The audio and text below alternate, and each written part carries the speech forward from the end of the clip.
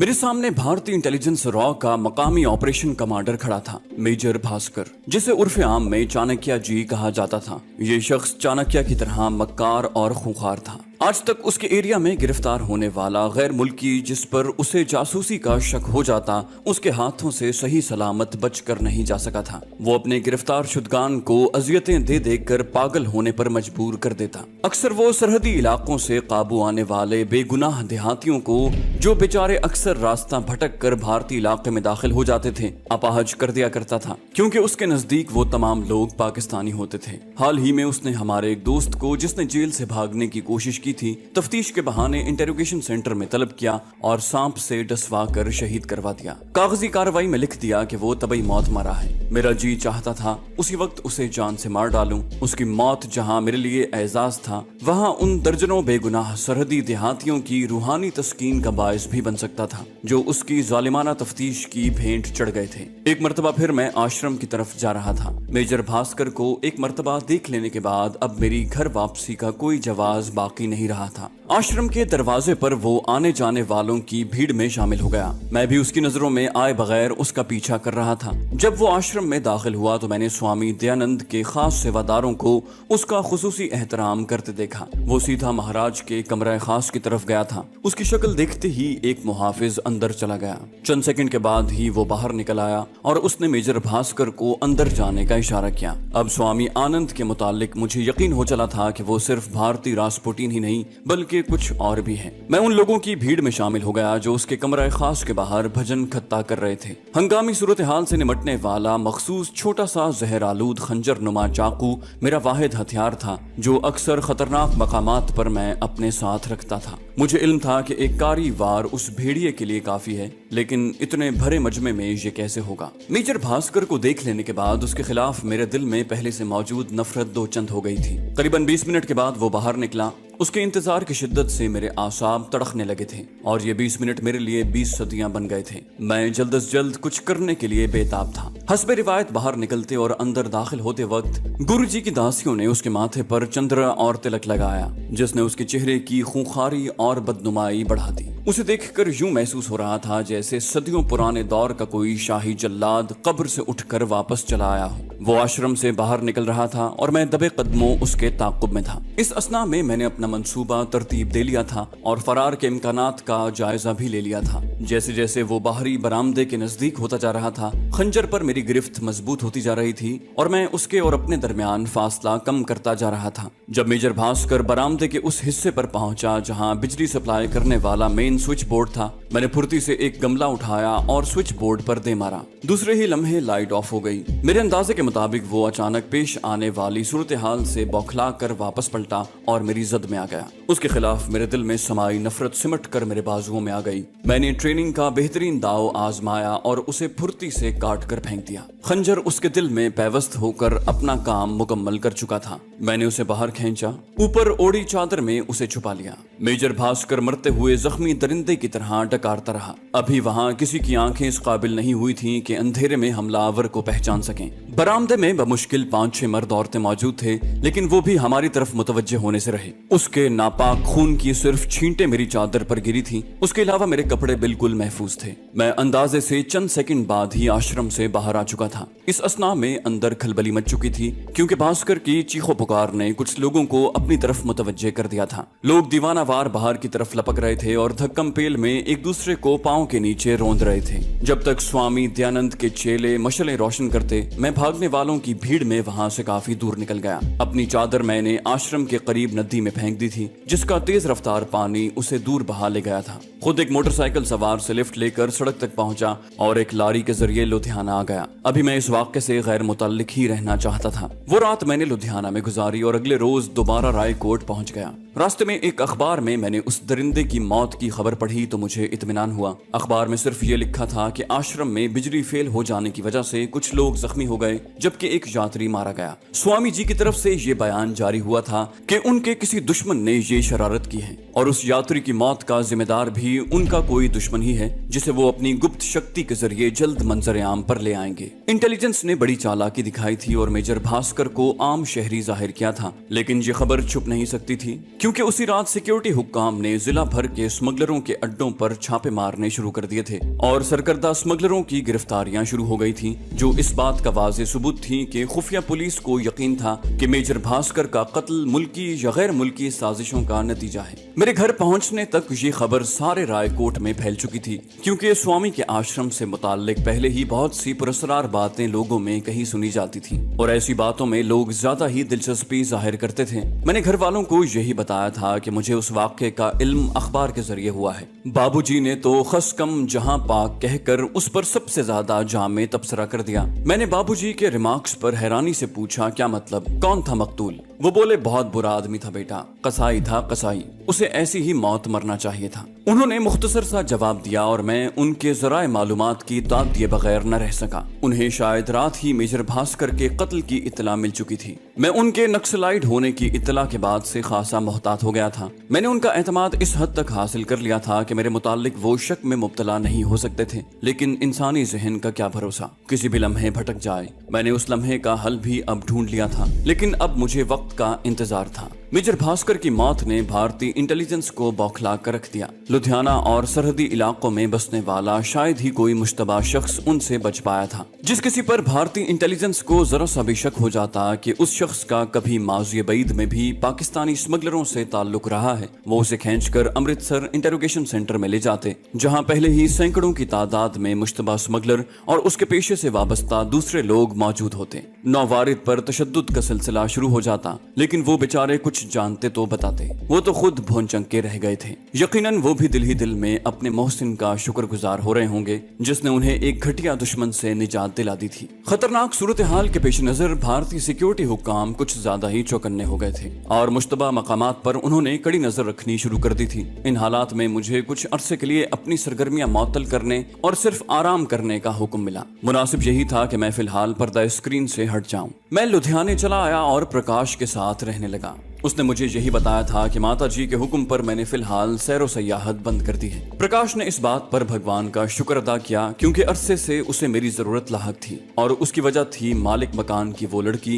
जिससे उसका इश्क जोरों पर था। सुदर्शना को पहली नजर देखने के बाद ही इस बात का बखूबी अंदाजा हो जाता था कि वो एक गैर मामूली लड़की है और उमूमन भारतीय नौजवान ऐसी ही लड़कियों की फिक्र में रहा करते हैं। लेकिन प्रकाश में ऐसी क्या गैर मामूली बात थी जो वो खुद उस पर फिदा हो गई, इसका मुझे भी इल्म न हो सका। पहली मर्तबा जब वो प्रकाश के हमरा मुझसे मिली तो मैंने उसकी आंखों में एहतराम के जज्बात मौजूद देखे जो प्रकाश की ब्रेन वॉशिंग का वाज़ेह सबूत था। जाहिर है उसने मेरा गायबाना तारुफ सुदर्शना से बड़े भरपूर अंदाज में काफी तारीफ और तौसीफ के साथ करवाया था। उसे प्रकाश से मोहब्बत थी, लेकिन इस बात का भी उसे इल्म था कि ये बैल कभी मुंडे नहीं चढ़ेगी क्योंकि उसके वालिद का समाजी रुतबा प्रकाश के घर वालों से काफी बुलंद था। वो खुशहाल खतरी घराने की सुपुत्री थी और लुधियाना में उसके वालिद के दर्जनों मकानात किराए पर चढ़े हुए थे। चंद दिनों की मुलाकात ने ही उसे मेरी गैर मामूली सलाहियतों का मुतरिफ बना दिया और जब एक रोज उसने मुझे अपने घरेलू हालात बताए और अपनी तशवीश जाहिर की तो मैंने उसे यकीन दिलाया कि मेरे होते हुए दुनिया की कोई ताकत उन दोनों के मिलाप को नामुमकिन नहीं बना सकती।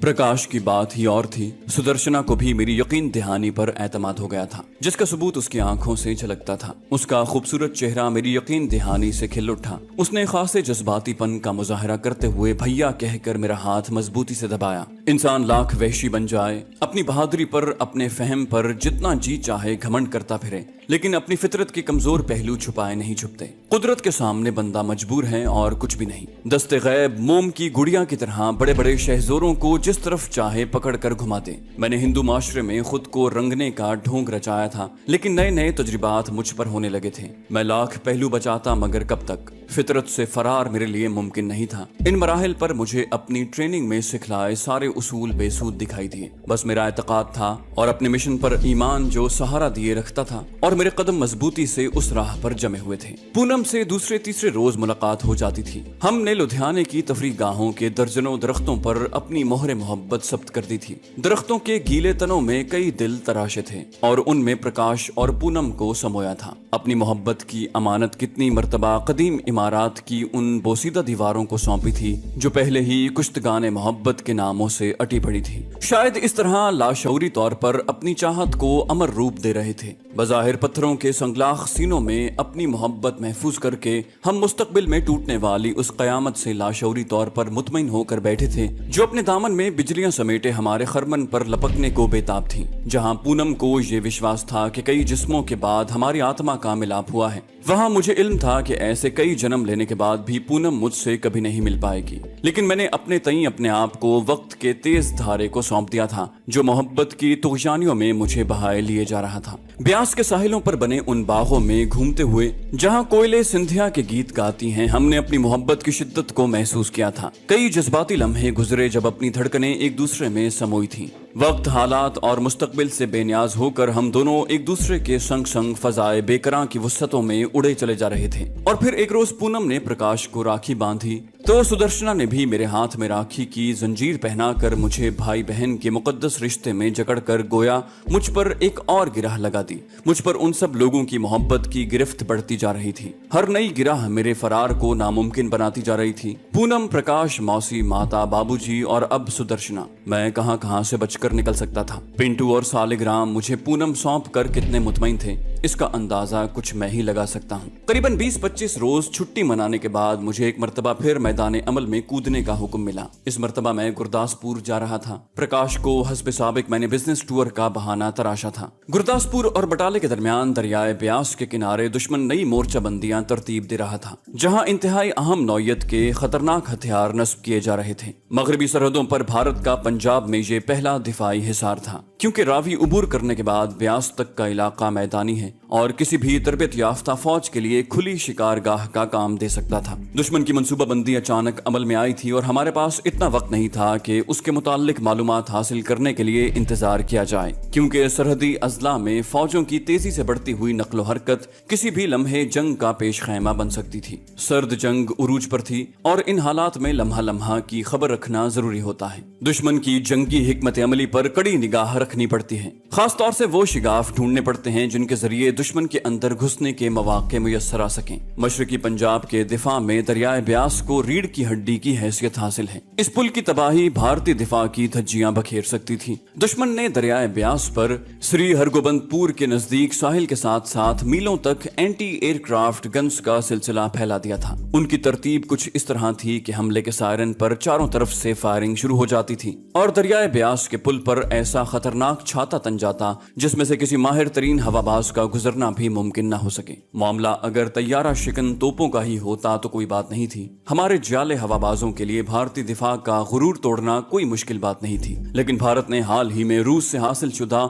ऑटोमेटिक मिसाइल सिस्टम भी यहीं कहीं छुपा रखा था जिसे फौरन ढूंढ निकालना जरूरी था। गुरदासपुर से मैंने 2-3 मरतबा कपूरथला वगैरह की तरफ बजरिया बस और ट्रेन सफर करके एक नजर तैयारा शिकन तोपों का जायजा तो ले लिया था, लेकिन अभी तक मुझे वो मिसाइल कहीं नजर नहीं आए थे। और आखिर एक दिन करीबन शाम का वक्त था जब मैं श्री हरगोबंदपुर उतर गया। जहां ये छोटा सा कस्बा नुमा शहर है, वहां अपनी मजहबी अहमियत के पेश नजर जो उसे सिखों के एक गुरु की निस्बत से हासिल है, यहाँ के मशहूर गुरुद्वारे में लोगों की आमदोरफ्त लगी रहती थी। इसके अलावा वाहिद काबिल जिक्र मकाम यहाँ की गल्ला मंडी थी जहाँ नजदीकी देहात के लोग अजनास की खरीदो फरोख्त के लिए आते थे। शाम से रात तक मैं अपने बिजनेस के बहाने सारे शहर में घूमता रहा, लेकिन कोई खास कामयाबी न मिली। मुख्तलिफ मकामात पर लोग जंग से मुताल्लिक बातें तो कर रहे थे, लेकिन उनकी मालूमात आम नौयत की ही थी। उन्हें इस हद तक इल्म था कि दरियाए ब्यास के किनारे किनारे पुल के दोनों अतराफ मीलों तक भारतीय फौज ने डेरे डाल दिए हैं और ये इस बात की निशानी है कि जंग होने वाली है, या फिर वही घिसा पिटा मौजू कि आज फुला जगह से जासूस पकड़ा गया है जो खेतों में छुपा वायरलेस कर रहा था, मगर अभी तक मिसाइलों से मुताल्लिक गुफ्तगू सुनने को नहीं मिली थी। रात को मैं नाकाम नाशाद उस गुरुद्वारे में सोने के लिए चला आया जहां मुझे एक दुकानदार की मेहरबानी से कमरा मिल गया था। बादल नखास्ता मुझे पाठ में शिरकत करना पड़ी। मैंने पाठ में भी शिरकत की। रात को मुझे काफी देर गए तक नींद आ गई। मेरे जहन पर सारी रात मिसाइल सिस्टम सवार रहा। बड़ी अजीबोगरीब सूरत हाल पेश आ गई थी। अभी तक मुझे उनका कोई सर पैर नहीं मिला था जिसे मैं अपनी मुहिम का नुक्ता आगाज करार देता। आधी रात तक मैं बिस्तर पर करवटें बदलता रहा। अचानक उम्मीद की एक किरण चमकी। मैंने सोचा क्यों ना दरियाए ब्यास के किनारे कश्ती रानी से लुत्फानंदोज हुआ जाए। किस्मत आजमाई करने में आखिर हर्ज ही क्या है। मैं मुतमईन होकर सो गया। सुबह गुरुद्वारे से ही कड़ा प्रसाद खाकर मैं सीधा मकामी मार्केट पहुंचा। यहाँ एक दुकानदार कुछ ज्यादा ही मेहमान नवाज किस्म का मिल गया था। सत श्री अकाल। मैंने दोनों बाप बेटे को देखते ही दांत निकाल कर प्रणाम किया।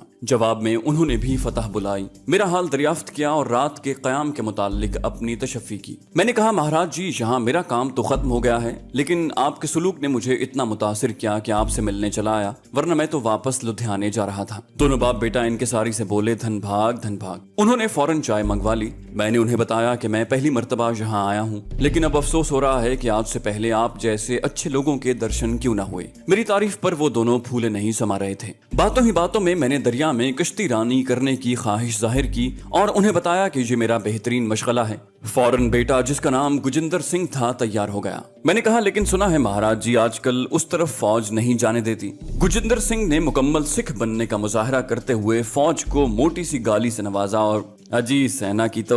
मैंने इनकिसारी से झुकते हुए कहा, बड़ी इच्छा थी महाराज, आपने पूरी कर दी। उसने मेरे हिंदू होने पर चोट की, बोला, लाला जी आप तो बड़े बुज़दिल लोग हो, खामखा डर जाते हो सेना से। थोड़ी देर के बाद ही हम लोग एक बस के जरिए ब्यास के किनारे पहुंच गए। यहाँ तफरीही मकाम होने की वजह से कॉलेजों की कश्तियां बंधी थी। इसके अलावा प्राइवेट कश्तियां भी मौजूद थीं। एक कश्ती हमने किराए पर हासिल की और एक बूढ़े से मल्लाह को भी अपने साथ ही बिठा लिया। मैंने जानबूझकर जंग के मौजू पर गुफ्तगू शुरू कर दी। 2-3 मिनट तक तो बूढ़ा मल्लाह हमारी गुफ्तगू सुनता रहा। मैं भारतीय सेना की हिमायत कर रहा था और गुजिंदर सिंह से मुखालिफत करवा रहा था, जो अपनी मखसूस सिखों वाली जबान में हर फिक्रे का इख्तिताम किसी गाली से करता था। उसकी बातों से तैश खाकर बूढ़ा मल्लाह भी हमारी गुफ्तगू में शामिल हो गया। गुजिंदर सिंह ने पाकिस्तानी फजाइया के हाथों 65 में अपनी फौज की दुर्गत बनती देखी थी। वो तंजिया अंदाज में उसी का तस्करा कर रहा था जब मल्लाह ने दखल देते हुए कहा, सरदार जी, वो और वक्त था, इस मर्तबा मामला मुख्तलिफ है। गुजिंदर सिंह ने उसे भी चिढ़ाया, बोला, क्या है माशे जी।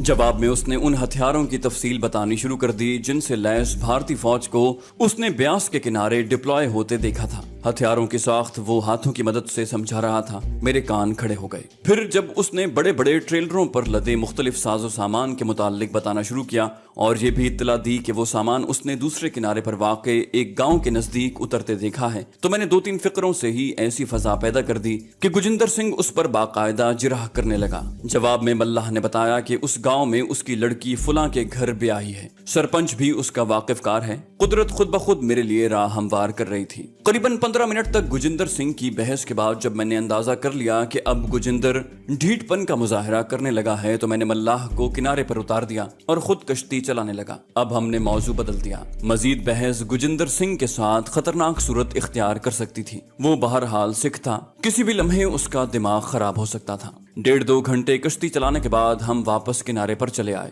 गुजिंदर सिंह को तो मैंने यहाँ से रुखसत कर दिया क्योंकि हमने 2 मुख्तलिफ समतों में सफर करना था। जैसे ही वो दफा हुआ, मैं फौरन उसी मल्लाह की तरफ पलटा। मल्लाह अभी दरिया के किनारे खड़ा था। मैंने गुजिंदर सिंह के रवैये की माफी मांगते हुए कहा, क्षमा करना चाचा जी, और उसके सामने उसकी रिवायती कम अक्ली का रोना रोया। मल्लाह मेरे इस हैरान कुन रवैये से बहुत मुतासिर नजर आया। मैंने उसे जबरदस्ती बतौर टिप 10 रुपए दिए और साथ ही एक कहानी भी सुना दी। मैंने उसे बताया कि मेरा एक भाई घर से अपने एक दोस्त के साथ 5000 रुपए लेकर भाग गया है। हम लोग दिल्ली के रहने वाले हैं। उसका दोस्त जिसने उसे वरगलाया पंजाबी है। मुझे इत्तला मिली है कि यहाँ गिरदो निवाह के देहातों में ही कहीं इन दिनों वो दोनों यानी मेरा भाई और उसे वरगला कर भगाने वाला उसका दोस्त मौजूद है। जाहिर है जब तक पैसे मौजूद हैं वो गुलछर्रे उड़ाएंगे। उसके बाद जो मेरे भाई का हशर होगा वो कोई ढकी छुपी बात नहीं। अगर नजदीकी देहात में मुझे कुछ वाकिफकार मिल जाएं और मेरी मदद हो जाए तो मैं उन्हें ढूंढ निकालूंगा। साथ ही मैंने ये दरखास्त भी कर दी कि इस मामले को वो लोग अपने तक महदूद रखें।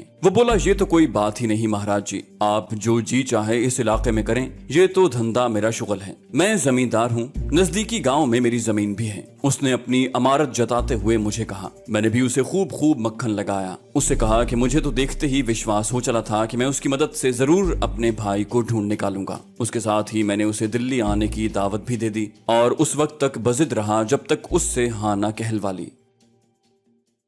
तो दोस्तों, ये थी हमारी आज की एपिसोड। उम्मीद करते हैं आपको हमारी कहानी पसंद आई होगी। जाने से पहले इस वीडियो को लाइक कीजिए और शेयर करना मत भूलिए। कमेंट करके हमें बताइए कि आपको हमारी वीडियो कैसी लगी, और अगर अभी तक आपने इस चैनल को सब्सक्राइब नहीं किया तो इसे सब्सक्राइब कीजिए और बेल आइकन दबाकर ऑल नोटिफिकेशंस ऑन कर लीजिए।